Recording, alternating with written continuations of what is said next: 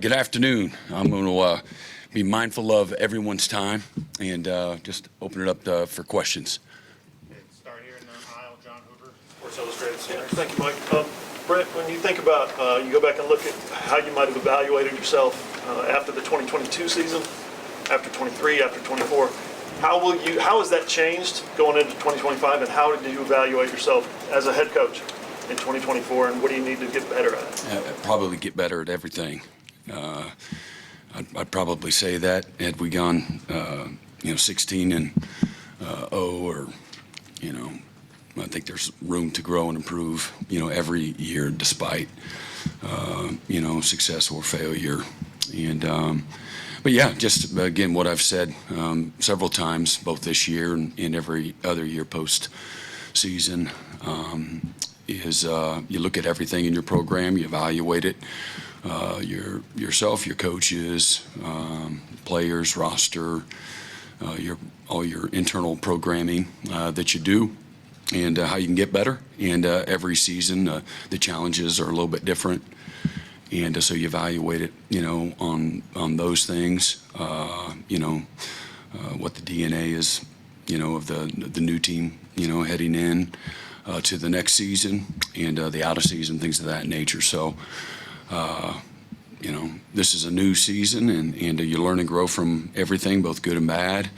We feel like we have addressed a lot of things that jump out to you, right away. There's roster issues that you're always looking at. Really felt like we had a good roster. We know we had some areas that were inexperienced and maybe not quite up to where we've been in the past, particularly offensive line, a year ago. So you try to get guys better. You try to protect them where you can and not ask them to do certain things. Certainly getting into the SEC last year, the margin for error was very small. And with the influx of injuries, it really exposed some areas where guys maybe are inexperienced or weren't quite ready to play yet. I think that, and I think the test of time will tell, but I really feel good about the most major change that we had, and that's, changing offensive coordinator. And, when we realized that maybe things we needed to change, I think, making those hard, tough decisions at a tough time, we were, showed that we're willing to do that, and that's what the players, deserve. But really excited about this football team, and that's really where all the energy and the focus has been since the end of last season. Is what we got to do to enhance this roster, strengthen our locker room, improve the players that we retained, and looking at the things that this roster we wanted it to do from an improvement and development standpoint. Strength and conditioning, sports science, those types of things. I'm really excited about the improvements that we've made and the acquisitions that we've made. I know it's well documented in who those guys are, and I'm sure you have plenty of questions about that. But I really like this roster. I think that it's a better overall roster from where we were a year ago, and the test of time will tell, where this team stands. We've got a great challenge in front of us from a schedule standpoint, something that all of us are looking forward to. This is a group that's very competitive. They've allowed us to push them and challenge them. They haven't flinched. We've made tremendous improvement from where we started in January, and all of the strength, speed, body composition. Really excited about the improvements that we've made there, and I think our guys are a confident, competitive group. So, The right side, Ryan Aber, Bill Walden. Yeah, Brent, I believe last week you said that sort of grouped Taylor Wine into a group with John Mateer and Jaron Kanek as guys who were sort of in the building all the time. How have you seen Taylor's work ethic grow? Is that something that was just there from the start and now maybe it's paying off? Or is it something that's evolved? And just what about his evolution as a player as well? Yeah, he's had great work ethic since he's gotten here. Hungry, driven. Where he is now at 270 plus pounds is different when he came in, and so he's transformed his body. Through that, obviously, he's also grown and matured like you would want all your players, but he's been very committed. He's kept his head down, hasn't been distracted, hasn't worried about anything other than himself, and controlled the controllables like you want all of your players to. It's easier said than done, but he's shown tremendous improvement and development through a lot of hard work, belief in himself. As I tell the players all the time, doing what is required is never enough, and he's bought into that, and he's lived that life, and he has incredibly high standards that he lives and dives by every day. Been a great example of, just the strain that it takes, and excited to see, what's in front of him. George Stoyan. Yeah, Brent, offensive line, you mentioned him briefly earlier. How much better do you feel maybe about that group, considering the experience you have coming back from last year, as well as some of the young talent that you brought in? Yeah, again, we had 3 guys in the portal that we feel like have given us better competitive depth at that position, and then the returning players, as you noted, some of the guys that had gone through different injuries, Jake Taylor, Jacob Sexton, we're both banged up. Troy Everett, the first part of the year as well. So all those guys back and healthy, along with guys like Fabechi, certainly Logan Howland, Heath Ozida, both had postseason shoulder surgeries, and they're back and healthy. Had great summers as well. And then the influx of some of the young guys, and Mike Vasusi, Ryan Fogier, in particular, Daniel Akinkume, as well as really made some good progress. Eddie Pierre-Louis, again, he had not gotten here until last summer, so he was a little bit behind mentally, fundamentally. What he did in high school, that's a hard position to fundamentally step in and physically for that matter. But Eddie's really made tremendous improvement, as well as confidence in a much different place. He's actually leading in some capacity now. Logan and Heath did some really good things for young players. Both of them probably were forced into action before they were quite ready, and so sometimes you get exposed through that. The exposure, even though it's humiliating and mentally challenging on you, I think that's where the real growth happens, and both of those guys say they're much better through that fire that they went through last year. But I'm really excited about the guys in the portal as well, the maturity, the experience that they have brought in, and the improvement. A guy like Derek Simmons, he's made as much improvement from a strength and body composition as anybody on the offensive line. Mike Vasusi as well. They really stood out. We had the offensive line made the most percentage improvements in the weight room when it comes to strength and added size, the pounds that the group percentage-wise gained, and body comp was excellent, speed improvement, a lot of areas, and a lot of groups did. Overall, as a team, we improved in every area from where we were a year ago. But the offensive line between Derek Simmons and Jake Makula and also Luke Baklenko, just a good group of guys that have, again, made great improvement. And whether they're starters or they're role guys or they're part of the depth group of guys that have really made everyone better, including themselves. So I feel like we'll be I think the chemistry of the group is in a better place than where we were a year ago. People matter, and not everybody, and I think the guys blended in well last year, but some guys take leadership roles right away and are a little more relational, things of that nature. And then I think the experienced, Troy's in a much different place. He's one of our best leaders on the team, but he's leading in a different way than he did a year ago. And he's not the only one. There's a lot of good guys from that standpoint. Mm-hmm. Barry? Yeah, Brent, you got a 29-year-old offensive coordinator, and he's been asked to run the offense. What are the pros and cons of a guy that young having such a leadership role? Well, again, there'll be plenty of things that you learn and you grow, you adapt to. That was maybe a first-time I don't know what all those things are. We'll find out. You lean on the staff if you're going to be successful. As a coordinator, you're not going to do it alone. Can't play quarterback alone. Can't be the head coach and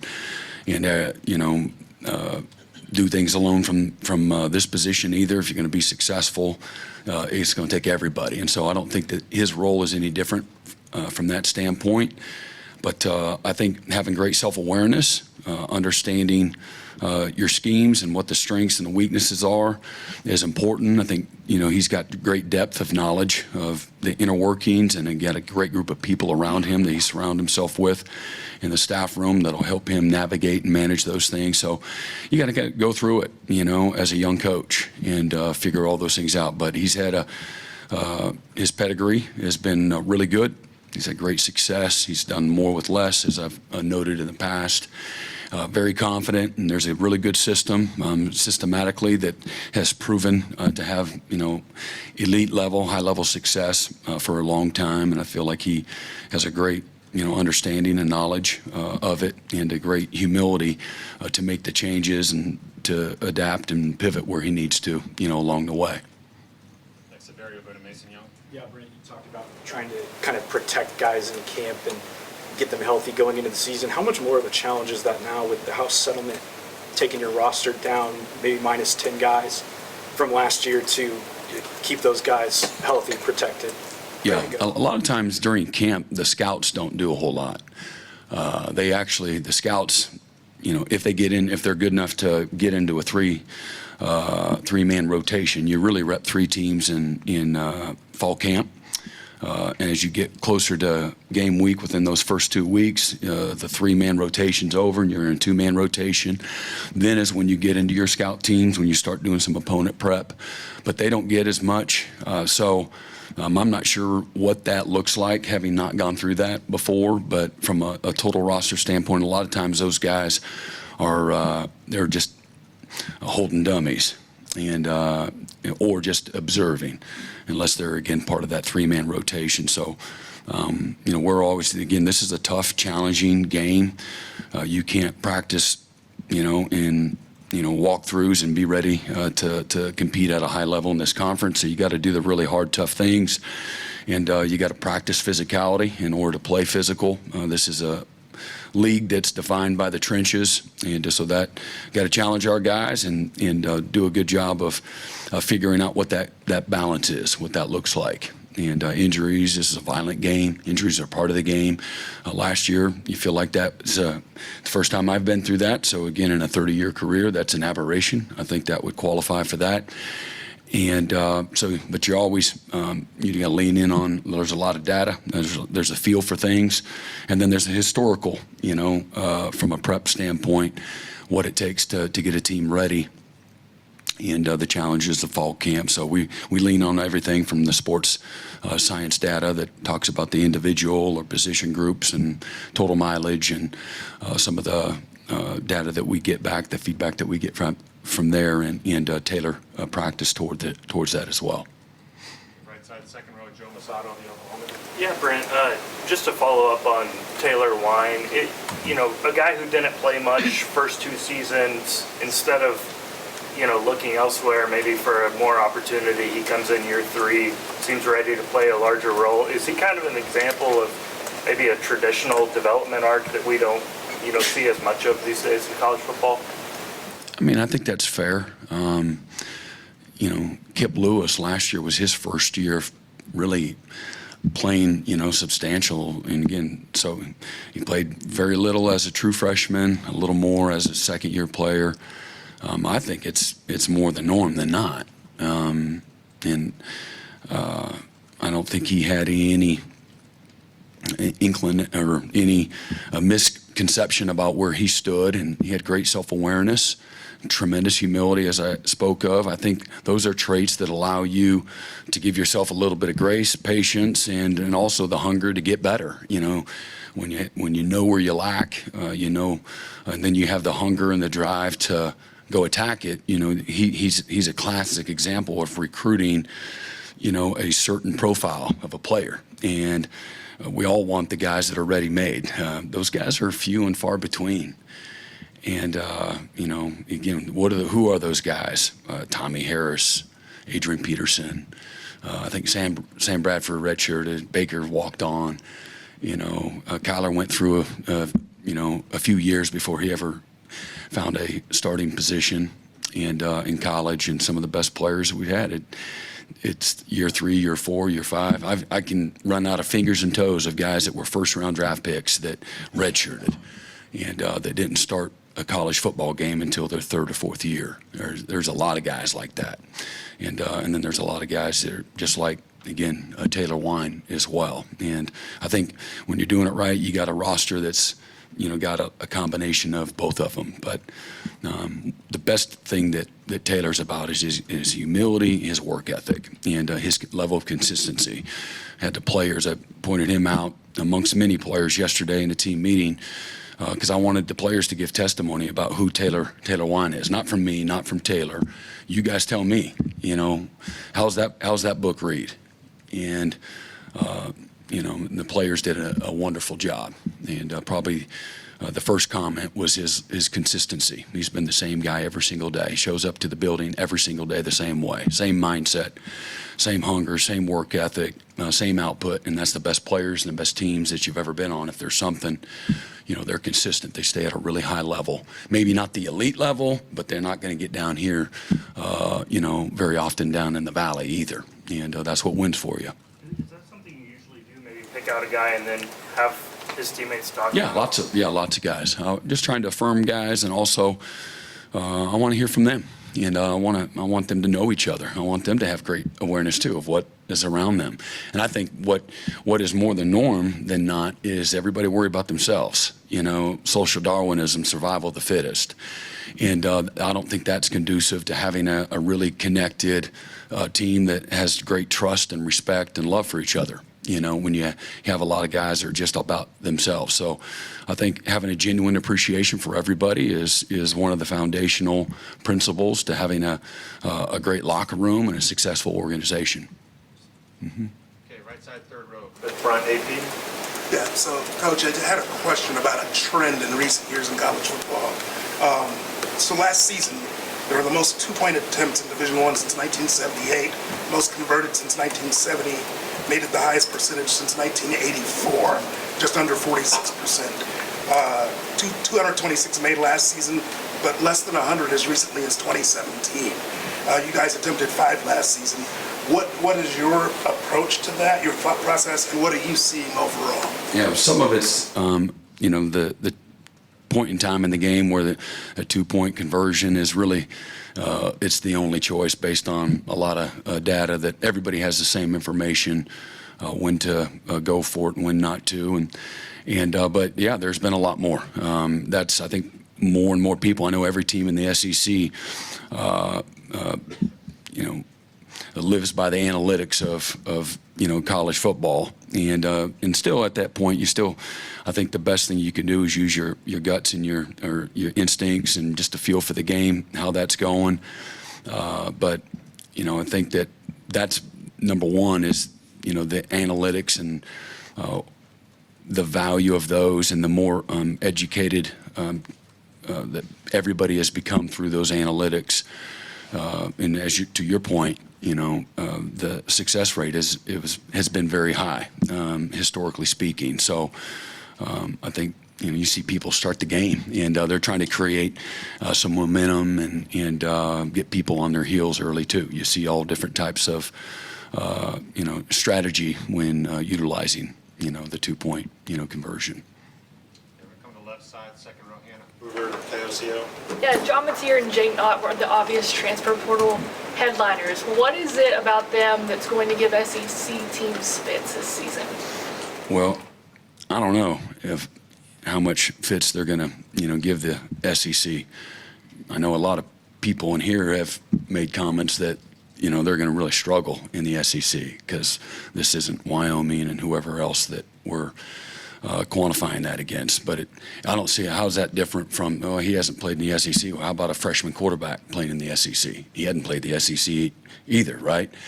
But there's been plenty of, young players that never played college football until their freshman year, and then they do really well. So I think for those guys in particular, why I believe in them, I think they've got a lot of natural talent. I think they got instincts. They got belief. They've got tremendous work ethic. They've got humility to be prepared and show up every day, to strain, to get better, fight, when things aren't going their way. And but they're really, they're really good football players at the end of the day. And they've shown that through a body of work. And, I think, again, John had great success. I think he led the country in touchdowns last year. But the best things that he can do, just has tremendous capacity as a quarterback. I don't see, a guy that is, braggadocious. I see a guy that has tremendous humility, respect for the game, hungry to gain knowledge. He's performed at a pretty good level on what he sees on the practice field every single day.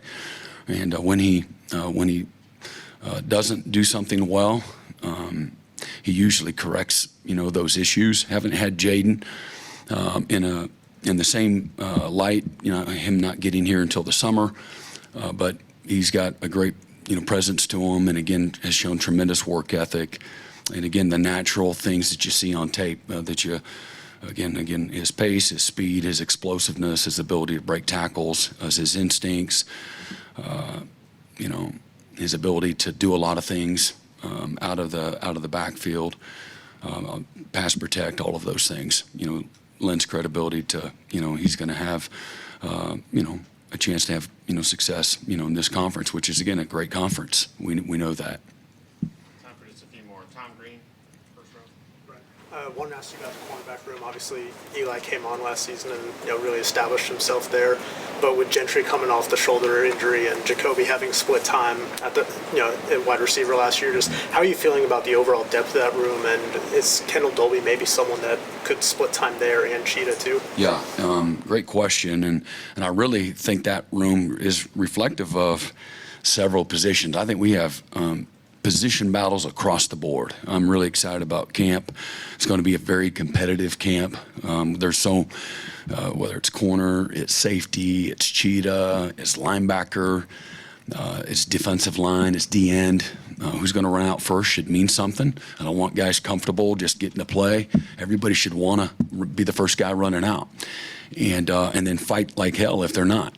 And don't mope and complain and point and blame and all that kind of stuff. Show up and compete, lay it on the line every day. But I think the same thing goes for the offense, at receiver, at offensive line, at running back, tight end, even at quarterback. I really like the competition.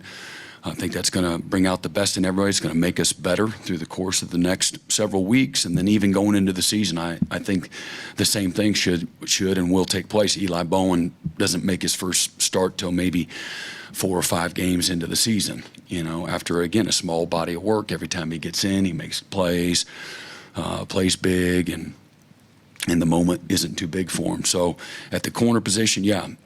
Will Dolby play some out there at corner too? Yeah, absolutely. He played there his first year here, and also junior college as well. He's got great versatility. We'll move several guys around. Really, again, pulling for Gentry Williams. He's worked so incredibly hard. He's been a great leader, which a lot of times when guys have been banged up as much as he has, you show up to the building every day in the practice field and you feel like a man without a country, and so you don't really have the innate ability to lead, and that couldn't be further from the truth. And he's got a unique skill set. People see the toughness that he shows up with, the love that he has for his teammates. He celebrates their success, and I think that's helped him stay engaged over the last several years, so that he just doesn't give up and quit and give in to a lot of setbacks. So really excited about where he's at, and even during the season last year saw Jacoby Johnson really start to grow and become a good corner. Again, we've talked about it a lot. He's always been one of the most elite athletes in our locker room and in the country. but learning how to become a really good corner is a challenge in all of itself. And really saw him starting to pick that up, and then saw great growth that gets you excited about him in the course of the spring and the summer as well. But those three players, along with Kendall Dolby, and then again we've talked about some other young guys, Jeremiah Newcomb and Cortland Gilroy, Malik Hawkins, Tristan Haynes, Day as well. He's a guy that is as talented as anybody we have on our team as well, can run all day, really excellent athlete. And so that's a group that has really good talent, and now we need to show that we can be really good players within our schemes as well. Left side, third row, Curtis Fitzpatrick. Yeah, Brent, can you share any information of who will be out for camp to start at least? I don't have any new updated information. So I know you guys will be part of camp too, so we'll talk about, you guys got specific questions about guys. Yeah, he won't be available to start camp. He's on the same time schedule that he was before. Last one, back left, Brandon Drum. Hey, Brent. The defensive line, you guys returned a lot of guys this year, super talented. Jaden Jackson played a lot as a freshman. But what are the expectations for David Stone or Danny Okoye? Obviously, you had some transfers coming like Marvin Jones Jr. at the defensive end. Do you expect those two to be focal points in the rotation this year? Yeah, I, again, talked about both of those guys several times, the improvement that they both made, the talent they possess, and then their commitment level. I think that's always important. It takes a lot more than just talent. And, a coach should try to, challenge his players, but, a coach also needs to inspire and motivate, but the coach can't want it more than the player wants it for himself. And so that means showing up every day, with an elite championship type of mindset, willing to do the work without having to have certain kind of results. You show up every day. This is how you do it. There's only one way. It's the right way. It's the hard way. And so they have to show that the willingness to commit to that. I've bragged on both of those guys. They both have, again, tremendous talent and ability. They're different people, and they're same in the way that they have great talent and great futures, in my opinion. And but love where they're at right now, from a competitive toughness and a competitive character. They let you coach them hard. They've got incredibly high standards that they show up with every single day. They understand that there's great competition at their positions, and neither one of them want to take a back seat to the guys they're competing with. So that gets me excited. Like I said, they're both ingrained in our special teams as well. We're counting on both of them to be good players for us this year, and guys that are dependable and reliable, consistent, those types of things.